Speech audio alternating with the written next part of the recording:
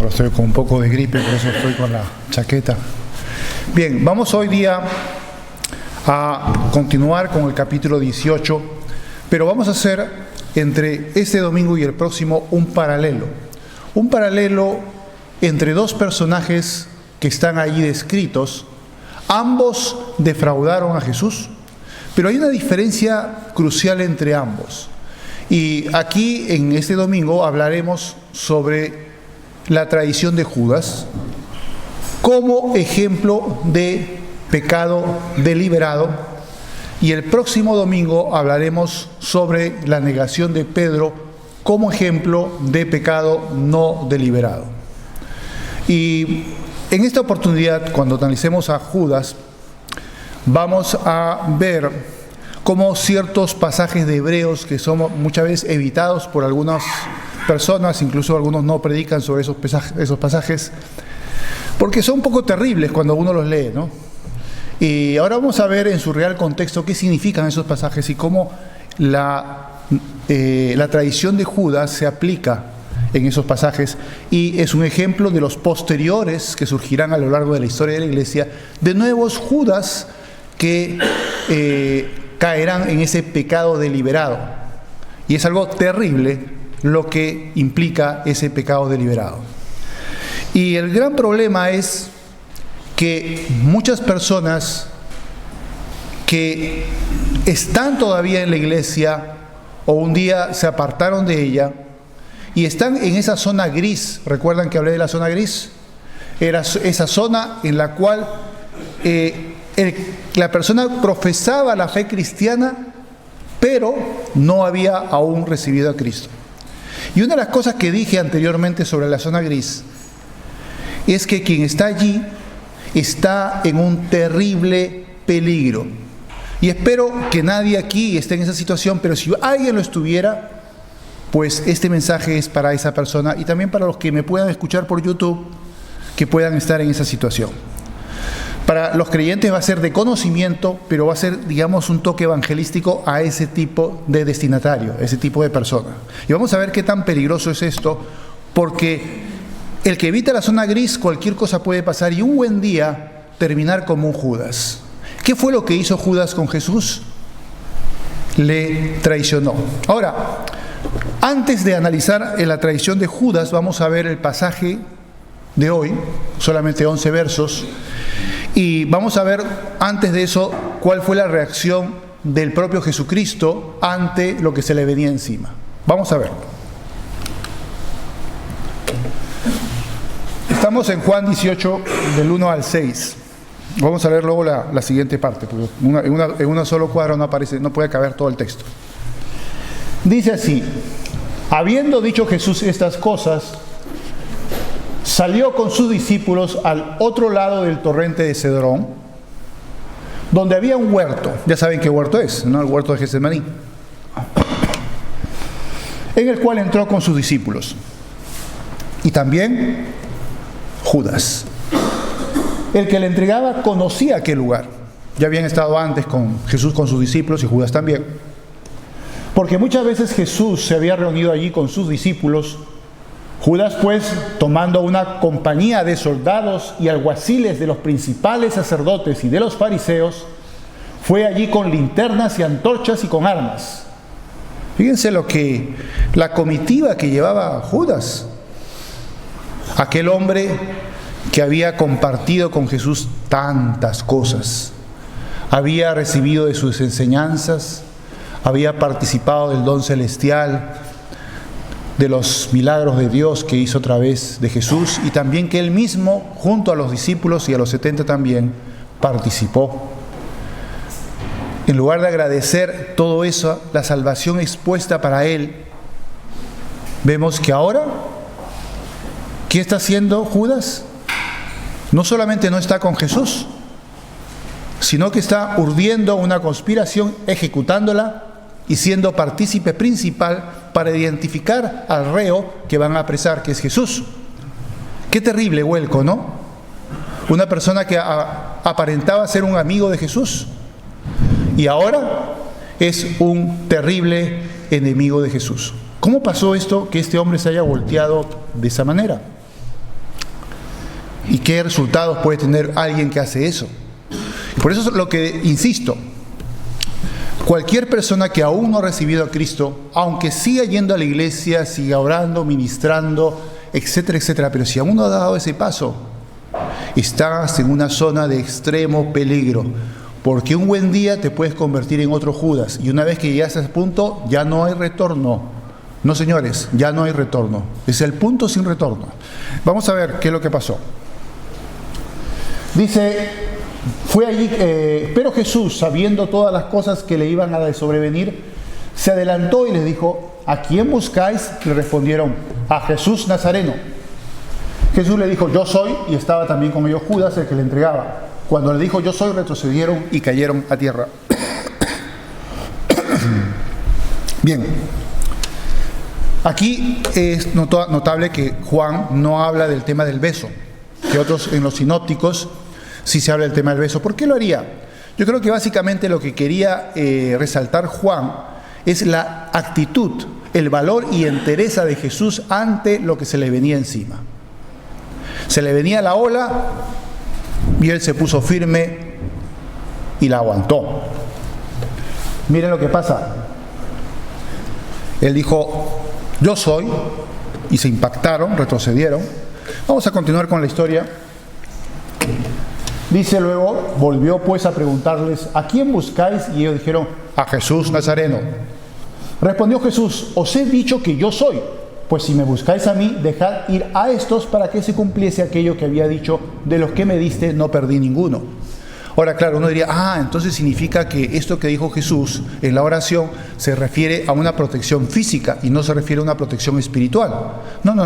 Se refiere a ambas cosas, a la protección espiritual y también a la protección física. Sí, claro, el Señor también promete protegernos, aunque a veces va a permitir que pasemos por trances terribles, incluso que muramos de una manera para poder glorificarle, digamos, demos la vida por Cristo, también lo puede permitir. Pero en general Él nos protege. Cuando tú ves la historia de Pablo, vas a ver cómo Dios le protegía de manera milagrosa, hasta que por supuesto le llegó el día en que tenía que partir Pablo a la presencia del Señor, y ese momento ya no lo protegió más, porque era el momento en que tenía que morir. Igual que nosotros, que una enfermedad o algún accidente o algún problema nos causa el momento en que partamos, y bueno, ya llegó ese momento. Cuando llegue ese momento, pues llegó. Pero mientras no llega, el Señor sí nos protege, y aquí está refrendando esa promesa de protección. Entonces, Simón Pedro, recuerden que era ese hombre efusivo, temperamental, ¿no? que no se cortaba en su entusiasmo, dice que tenía una espada, la desenvainó e hirió al siervo del sumo sacerdote y le cortó la oreja derecha. Y el siervo se llamaba Malco. Jesús entonces dijo a Pedro, mete tu espada en la vaina, la copa que el Padre me ha dado, ¿no la he de beber? Es que no voy a enfrentar lo que Dios ha determinado que tengo que enfrentar. ¿Voy a acobardarme? ¿Voy a huir? No, voy a soportarlo, voy a enfrentarlo. Eso fue la respuesta de Jesús, no fue huir. Ahora, pregunta, ¿no? ¿Nosotros tenemos ese mismo coraje, ese mismo valor cuando Dios nos pone en situaciones adversas que tenemos que enfrentar sí o sí? ¿Tenemos ese mismo coraje, ese mismo valor y lo encajamos bien? ¿O a veces nos acobardamos y queremos huir o decimos, bueno, ¿y cómo salgo de esto? ¿Y qué necesitaríamos entonces para poder afrontarlo con valentía, con valor? ¿Qué se necesita? Aquí el Señor nos va a enseñar qué se necesita. Para hacerlo, vamos a ir a un pasaje que habla de lo que pasó antes de este episodio que acabamos de ver. ¿Qué pasó en el huerto de Getsemaní cuando Él oraba al Padre? ¿Y qué les dijo a los discípulos que era necesario para poder soportar, afrontar este tipo de pruebas y de trances tan terribles como el que obviamente le iba a pasar a Jesús? Vamos pues al pasaje de Mateo, capítulo 26, del verso 36 al 41. Dice ahí así: entonces llegó Jesús con ellos a un lugar que se llama Getsemaní y dijo a sus discípulos, sentaos aquí, entre tanto que voy allí y oro. Y tomando a Pedro y a los dos hijos de Zebedeo, Jacobo y Juan, comenzó a entristecerse y angustiarse en gran manera. Jesús no era el Superman del cómic, ¿no? Era un ser humano y sabía lo que se le venía encima. Y por eso se angustia de esa manera. Estaba angustiado hasta la muerte. Entonces Jesús le dijo: mi alma está muy triste, hasta la muerte. Quedaos aquí y velad conmigo. Ahí les dice: quedaos aquí y velen, oren también vosotros conmigo. Yendo un poco adelante, se postró sobre su rostro, orando y diciendo: Padre mío, si es posible, pase de mí esta copa, es decir, todo este sufrimiento para poder redimir a la humanidad, pero no sea como yo quiero, sino como tú. Interesante, ¿no? Señor, yo estoy dispuesto a afrontar esto que es tan terrible, que me causa tanta angustia, por obediencia a ti y también por mi propio amor por la humanidad y por el amor del Padre por nosotros. Y Él va a afrontar esto. Es muy duro, terrible, pero Él lo va a afrontar. Pero, ¿qué clave había allí para poder afrontarla? Vino luego a sus discípulos y los halló durmiendo y dijo a Pedro: ¿así que no habéis podido velar conmigo una hora? ¿Tanto te duermes, tanto sueño tienes que no has podido velar conmigo una hora? ¿Y qué pasó? ¿Qué dijo luego? Fíjense lo he subrayado porque aquí está la clave que necesitamos para poder afrontar las adversidades. Mucho ojo y mucho oído. Dice: velad y orad para que no entréis en tentación. Fíjense lo que está diciendo. Para que no tengas que quedarte a expensas de tu propia debilidad de la carne y no pasar la prueba. Fíjense lo que dice después, Fíjense, y esto lo dice Jesús, No lo dice Pedro, no lo dice Pablo, no lo dice Juan, lo dice Jesús. Dice: el espíritu a la verdad está dispuesto, pero la carne es débil. Fíjense, el propio Señor Jesucristo está diciendo eso. El espíritu a la verdad está dispuesto, como diciendo: mi espíritu está dispuesto, pero mi propia carne, porque yo no soy de piedra, es débil y me hace zozobrar. Si el propio Jesús, imagínate nosotros. Pero, ¿cuál es la fórmula para poder hallar fuerza para soportar la adversidad? No puede salir de nuestras entrañas. No podemos producir ese valor. Ese valor solo viene de la comunión con Dios en oración.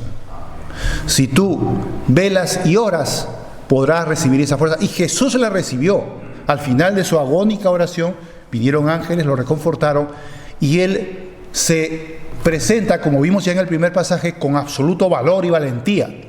En ningún momento huye. En ningún momento dice: bueno, voy a hacer, y podía haberlo hecho, que descienden los ejércitos celestiales y los eliminen y los fulminen a estos señores. O como dijo Elías, ¿no? Descienda fuego sobre estos y los consuma. Y así fue. Podría haber dicho eso Jesús. Y no lo hizo.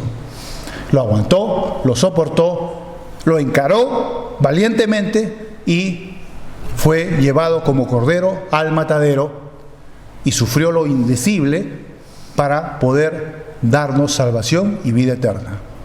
Eso sufrió el Señor por nosotros. Bien, continuamos con este pasaje que dice: otra vez fue y oró por segunda vez diciendo: Padre mío, si no puede pasar de mí esta copa sin que yo la beba, hágase tu voluntad. Vino otra vez y los halló durmiendo, porque los ojos de ellos estaban cargados de sueño, y dejándolos se fue de nuevo y oró por tercera vez diciendo las mismas palabras. Entonces vino a sus discípulos y les dijo: dormid ya y descansad. He aquí ha llegado la hora y el Hijo del Hombre es entregado en manos de pecadores. Levantaos, vámonos, ved, se acerca el que me entrega. No vemos allí a un Jesús acobardado. Podría haberse ido corriendo Pero no, él se quedó allí, sabía que era el momento, que había llegado su hora y que ahí lo capturarían, y aguantó y estuvo firme. Así tenemos también nosotros que hacer cuando venga el día de la adversidad, y para eso, para poder estar firmes, tenemos que velar y orar, y obtendremos la fuerza de Dios. Ahora, vamos a hablar de Judas. ¿Qué pasó con Judas? ¿Por qué se dice aquí que el pecado de Judas es un ejemplo de pecado deliberado? ¿Por qué es un pecado deliberado? Pues ahora sí vamos a entrar a esos dos pasajes. Bueno, vamos a hacer 3 pasajes. Uno de Juan y 2 de Hebreos, que habla sobre este tema. Y nos va a responder por qué el caso de Judas era un pecado deliberado. Y la respuesta del libro de Hebreos es tan precisa que cuesta creerlo. Vamos a ver. ¿Por qué? Ahora miren lo que dice aquí. Hebreos 6, 4 al 8 dice: porque es imposible que los que una vez fueron iluminados, fíjense, y gustaron del don celestial, y fueron hechos partícipes del Espíritu Santo, y asimismo gustaron de la buena palabra de Dios y los poderes del siglo venidero, ¿eso lo experimentó Judas o no? Pregunto, ¿eso lo experimentó Judas o no? Sí, claro que sí, eso lo experimentó Judas. Judas nos ayuda a entender este pasaje, porque hay quienes también lo entienden de una manera un poco peligrosa o que no es correcta, y creen que se refiere a una especie de apostasía de un nacido de nuevo, que pierde la salvación y se va. No. No estamos hablando. Vamos a ver que Judas nunca fue. Eso está clarísimo en la palabra de Dios. Y aquí vemos cómo describe Hebreos el caso de Judas y de los nuevos Judas que pasarían en el futuro. Y aquí vemos lo que dice. Dice: y gustaron de la buena palabra de Dios y los poderes del siglo venidero, y recayeron, sean otra vez renovados para arrepentimiento. O sea, ahí ya la perdió. Crucificando de nuevo para sí mismos al Hijo de Dios y exponiéndolo a vituperio. Ahora, yo pregunto, ¿no Judas hizo eso? ¿Judas qué hizo al traicionar a Jesús? Obviamente esa fue la primera vez que fue crucificado. Es que no es que se ha crucificado Jesús otras veces, pero allí fue el que puso las bases para que Jesús fuese arrestado y fuera crucificado y expuesto a vituperio. Eso hizo Judas. Y aquí Hebreos nos está diciendo de los nuevos Judas que surgirán en el futuro, de aquellos que también estarán traicionando a Jesús. No es que hayan nacido de nuevo realmente, eran profesantes de la zona gris, que un buen día se les pudrió la fe y o se apartaron porque le amaron más el pecado, o simplemente hubo un día en que decidieron, no necesariamente que hayan sido por pecado, Yo conozco casos que no tienen nada que ver con el pecado, simplemente en su corazón decidieron que se quieren pasar al lado oscuro y constituirse en enemigos de Cristo y de Dios Padre. Y luchan para defraudar la fe cristiana, para que otros creyentes dejen la fe, luchan para que no se crea en Jesús, luchan para negar su existencia, luchan para negar la existencia de Dios. En fin, ellos son enemigos.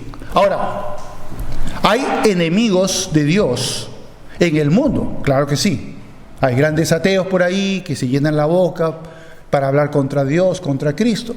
Son enemigos de Dios, pero son enemigos de Dios del mundo. Pero aquí vemos a un enemigo de Dios que nace del seno de la propia iglesia. Nace del seno de la comunión con Cristo. Y Judas nació de ahí, del seno de la comunión con Cristo. Y sin embargo, ¿producía fruto Judas? Vamos a ver. Que dice: porque la tierra que bebe, la lluvia muchas veces cae sobre ella y produce hierba provechosa a aquellos por los cuales es labrada, recibe bendición de Dios. Muy bien, da fruto. Pero la que produce espinos y abrojos es reprobada, está próxima a ser maldecida y su fin es ser quemada. ¿Qué hacía Judas cuando era tesorero del grupo de Jesús? Robaba, ¿no es verdad? Robaba. O sea, Jesús ya lo sabía, decía: uno de vosotros es diablo. Pero vemos que él contestaba muchas de las decisiones de Jesús, criticaba porque él, en el fondo, lo que quería era el dinero para poder apropiarse de él. Él no estaba llevando fruto. Él era una persona que estaba ahí disfrutando de los dones celestiales en la cercanía de Jesús, de su propia prédica, de su palabra, pero no le importaba, ni era agradecido con lo que tenía enfrente, sino simplemente encontró la coartada, quizás pensando de que Jesús le había defraudado porque no sería el gran liberador de Judea de los romanos, o sabe Dios que otra cosa, y decide traicionarle y volverse enemigo de Dios. Escúcheme la palabra enemigo de Dios. Ahora lo vamos a ver en el otro pasaje de Hebreos. Ahora, este pasaje se parece mucho a este otro del capítulo 15 de Juan. Vamos a analizarlo. Juan 15, 1 al 6. Vamos a ver en qué medida se parece. Y quizás hay algún matiz distinto, pero se parece mucho. Dice: yo soy la vid, hablando Jesús de sí mismo, la vid verdadera, y mi Padre es el labrador. Todo pámpano que en mí no lleva fruto, ¿qué dice? Lo guardará, lo limpiará. ¿Qué dice? Lo quitará. Y todo aquel que lleva fruto lo limpiará para que lleve más fruto. Ya vosotros estáis limpios por la palabra que os he hablado. Permaneced en mí y yo en vosotros. Como el pámpano no puede llevar fruto por sí mismo si no permanece en la vid, es decir, en Cristo, cree en Cristo, ha recibido a Cristo y por eso da fruto, así tampoco vosotros, si no permanecéis en mí, si no me habéis recibido de verdad. Yo soy la vid, vosotros los pámpanos, el que permanece en mí y yo en él, este lleva mucho fruto, porque separados de mí podéis hacer. ¿Estaba Judas con ellos y llevaba fruto o no llevaba fruto? No llevaba fruto. Claro que no. ¿Qué pasa con los que no llevan fruto? ¿Qué dice el Señor? El que en mí no permanece será echado fuera como pan. Será echado fuera, es decir, estaba por un tiempo, pero como no dio fruto, porque no recibió realmente a Jesús, llegará el punto en que será desechado. Dice: será echado fuera como pámpano y se secará, y los que lo recogen y los echan en el fuego y arden. Interesante, ¿no? Es el paralelo bastante bueno, salvo que aquí no dice que se constituyó en un enemigo de Dios, simplemente que no dio fruto. Que nos está diciendo que aquellas personas que están en esa zona gris, que todavía pretenden profesar a Cristo pero aún no lo han recibido en su corazón, están en una zona de gran peligro. Es muy peligroso permanecer. Corre a Jesucristo, recíbelo pronto, porque estás en una zona de peligro. No, tu destino es bastante triste, y te puedes incluso llegar al extremo de lo que menciona Hebreos y constituirte en un enemigo de Dios, es decir, en otro Judas. Y eso le pasa a muchas personas que han estado militando, como les contaba, por ejemplo, el compañero de Billy Graham en los años 50, Templeton. Él predicaba también a Jesucristo, puede ser que haya ganado muchas almas también, junto con Billy Graham, pero él no dio fruto, fíjense, siendo evangelista, y sin embargo se aparta, su corazón se entenebrece, y él termina convirtiéndose en un enemigo de Cristo que luchaba contra Dios. Escribió un libro que se titula, ya lo he dicho varias veces, Adiós a Dios, donde pretende hacer una especie de argumentación para que tú dejes de creer en Dios, y dejes de creer en Cristo, y dejes de creer en el Evangelio. ¿Qué les parece? El que había sido evangelista ahora milita para Satanás. Qué terrible, ¿no? ¿Dio fruto? Claro que no. ¿Era salvo realmente? Absolutamente no. Estaba en la zona gris. Fíjense que hasta en la zona gris pueden haber grandes evangelistas como Templeton.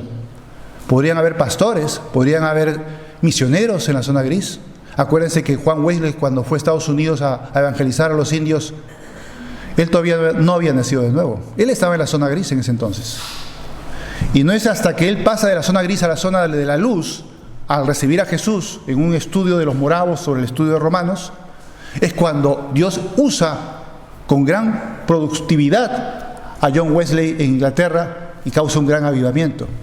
¿Por qué? Porque ahora sí podía producir fruto, ahora estaba en Cristo. Antes estaba en la zona gris, ahora está en Cristo. Pero, ¿qué hubiese pasado si John Wesley hubiese seguido en la zona gris? ¿Quién sabe? Algún día haberse convertido en un Templeton o en un Judas. Y habría terminado donde ya hay punto de no retorno. Ahí sí no hay punto de no retorno. Mientras todavía estás apartado por temas de pecado, de infrialdad, hay punto de retorno. Y vamos a ver el próximo domingo que sí hay punto de retorno. Pero si tú llegas a ese nivel de convertirte en enemigo de Dios, en su adversario, llegaste al punto de no retorno. Ya, si quieres exponer a vituperio a Jesús y crucificarlo de nuevo, porque te has hecho enemigo de Cristo, pues ahí ya la cosa se marcó. No es que algunos dicen, sí, es que Judas se arrepintió, se compungió y tiró las monedas y después se fue y se ahorcó. ¿Por qué creen que se ahorcó? Porque él sabía perfectamente que Judas lo sabía, y eso que por ahí hay un predicador en Argentina que dice que Judas es el ejemplo del buen cristiano que se arrepintió y que su arrepentimiento era muy bueno. No, para nada, no tenía ningún buen arrepentimiento. Él se convirtió en enemigo de Dios y pasó el punto de no retorno para convertirse en una persona execrable. Vamos a ver qué es lo que pasó luego. Es el segundo pasaje de Hebreos.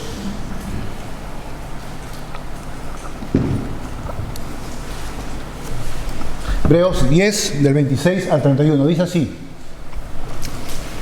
porque si pecáremos voluntariamente, fíjate, pecar voluntariamente, no es un simple pecado, no estamos hablando aquí de que la carne, como a David, por ejemplo, la soberbia lo obnubiló y hizo que pecara con Betsabé y encima matara a Urías, el esposo de Betsabé. No. Aquí no estamos hablando, pero luego David volvió con el Señor. Se perdió por un momento, pero volvió con el Señor. Estamos hablando aquí de algo que va más allá, es más grave. Estamos hablando de constituirse en enemigo de Dios. Puede que no haya ningún pecado, simplemente el pecado de rebelión. Y ese es el que estamos hablando ahora. Dice, después de haber recibido el conocimiento de la verdad, ya no queda más sacrificio por los pecados, sino una horrenda expectación de juicio y de hervor de fuego que ha de devorar a los adversarios. ¿Qué ha dicho? A ver, ¿qué dijo ahí? A los adversarios. ¿Qué significa adversario? Enemigo de Dios, adversarios de Cristo. En eso se convierte este tipo de personas. El que viola la ley de Moisés por el testimonio de 2 o 3 testigos muere irremisiblemente. ¿Cuánto mayor castigo pensáis que merecerá el que pisoteare al Hijo de Dios y tuviere por inmunda la sangre del pacto en la cual fue santificado e hiciere afrenta al Espíritu de gracia? ¿Cómo es posible que un señor como Templeton o muchos otros por ahí puedan, después de haber predicado, conocido de la palabra de Dios, gustado de los dones celestiales y luego después convertirse no simplemente en personas frías o apartadas, sino enemigos de Dios que luchan contra Dios, luchan para que los demás dejen de creer en Cristo? Están ahí guerreando en la dirección contraria. Antes iban en una dirección, ahora están en la dirección contraria. Se han vuelto traidores. Y eso es lo que está diciendo aquí, adversarios. Está pisoteando al Hijo de Dios, lo está exponiendo a vituperio, lo está llevando otra vez a la cruz, por así decirse, y hace afrenta al Espíritu Santo, al Espíritu de la gracia. Luego dice, pues conocemos al que dijo, mía es la venganza, yo daré el pago, dice el Señor. Y otra vez, el Señor juzgará a su pueblo. Horrenda cosa es caer en manos del Dios vivo. Claro, dirá alguien, bueno, estás hablando de un tipo de personas que probablemente es muy raro encontrar, ¿no? Y sí, yo no creo que sean muy comunes este tipo de casos. Pero lo que quiero decir, y el propósito de este mensaje, no solamente es para que entendamos los creyentes un poco sobre esto, sobre cómo se aplican esos pasajes a Judas, sino también para que sepamos advertir a aquellas personas que están navegando por aguas peligrosas, porque o están congregándose, pero aún no han recibido a Jesús, o ya se apartaron, porque se enfriaron y se fueron al mundo. Yo les diría a estas personas, apresúrate a ir a los pies de Cristo, a recibirle en tu corazón, porque estás en una zona de mucho peligro. Un buen día, el corazón es engañoso más que todas las cosas, dice la palabra de Dios. Puede tu corazón extraviarse al punto de no retorno y constituirte en un enemigo de Dios. Puede que por ahora la persona esté, bueno, pues ahí divagando por el mundo, pero estás en un peligro terrible de convertirte en enemigo de Dios. Y si eso sucede, ahí ya no hay vuelta atrás. Ya se acabó. Cruzaste la línea roja y ya no puede haber arrepentimiento sobre eso. Dice, horrenda cosa es caer en manos del Dios vivo. ¿Qué tiene que hacer esta persona? ¿Qué es lo que tiene que hacer? Darse cuenta primeramente del peligro en que se encuentra y tomar acción. Hay este pasaje famoso que el Señor escribe a la iglesia de la Odisea, bueno, escribe Juan, pero dedica a la iglesia de la Odisea, que era una iglesia que también, la de Sardis también, hubiese querido poner allí algún pasaje sobre la iglesia de Sardis, pero para no ser más compleja la prédica, he decidido no ponerlo. También hay un pasaje en 2 de Pedro sobre este tipo de personas, pero no hablando de que se constituye en enemigo fuera, sino enemigo dentro. ¿A qué me refiero con enemigo dentro? Que aparentemente es un siervo de Dios, predica aparentemente el Evangelio, pero al enseñar falsa doctrina está pervirtiendo el corazón de los creyentes. Él también es un enemigo de Dios, solamente como un enemigo encubierto, pero también vale para lo mismo. Pero bueno, volviendo al caso, si hay personas que estén escuchando esto, que están en esa zona gris, que aún no han recibido el paso de recibir a Cristo, tienes que hacer lo que dice este pasaje de la Escritura. El llamado de Jesús dice, he aquí yo estoy a la puerta y llamo. Si alguno oye mi voz y abre la puerta, entraré a él y cenaré con él y él conmigo. Ahí recién va a haber comunión con Cristo. Ahí recién va a haber capacidad para producir fruto, porque vas a permanecer en Jesús. Y al permanecer en Jesús vas a dar fruto. Pero mientras no permanezcas en Jesús, mientras no le hayas abierto la puerta de tu corazón, evidentemente Jesús va a estar fuera y tú estás en una zona muy peligrosa. Oremos por nuestros familiares que están en esa zona hoy en día y verdaderamente es una lucha importante porque el peligro es grande, no es que quiera asustar a nadie, pero hay que decirlo, ¿no? Y es bueno por eso que cada uno de nosotros ore por sus familiares que están todavía en esa zona gris, para que el Señor los saque de esa zona gris y los lleve a los pies de Jesús y puedan realmente pasar de muerte a vida, del peligro a la seguridad de Cristo. Por lo tanto, bueno, ahí la exhortación final es, no dilates más el tiempo, recibe a Jesús ahora, ya. Oremos. Padre Santo, te damos las gracias por tu amor, por tu misericordia. Te pedimos, oh Dios, por nuestros familiares, amistades, compañeros de trabajo, etcétera, gente cercana a nosotros que está en esta situación. Algunos no son creyentes, simplemente nunca lo han sido, pero hay algunos que sí caminaron por un tiempo. Y estas personas, quizás algunas crean que lo son, incluso, crean que son salvos y no lo son. Y te pedimos, oh Dios, que podamos seguir orando por estos familiares, que tú puedas, Señor, en tu poder, llevarlos a Jesús. Hablamos de cónyuges, de padres, de hermanos, de hijos, de nietos, nueras, en fin, de personas que están cerca de nosotros que o nunca profesaron a Cristo o lo profesaron por un tiempo y luego se apartaron.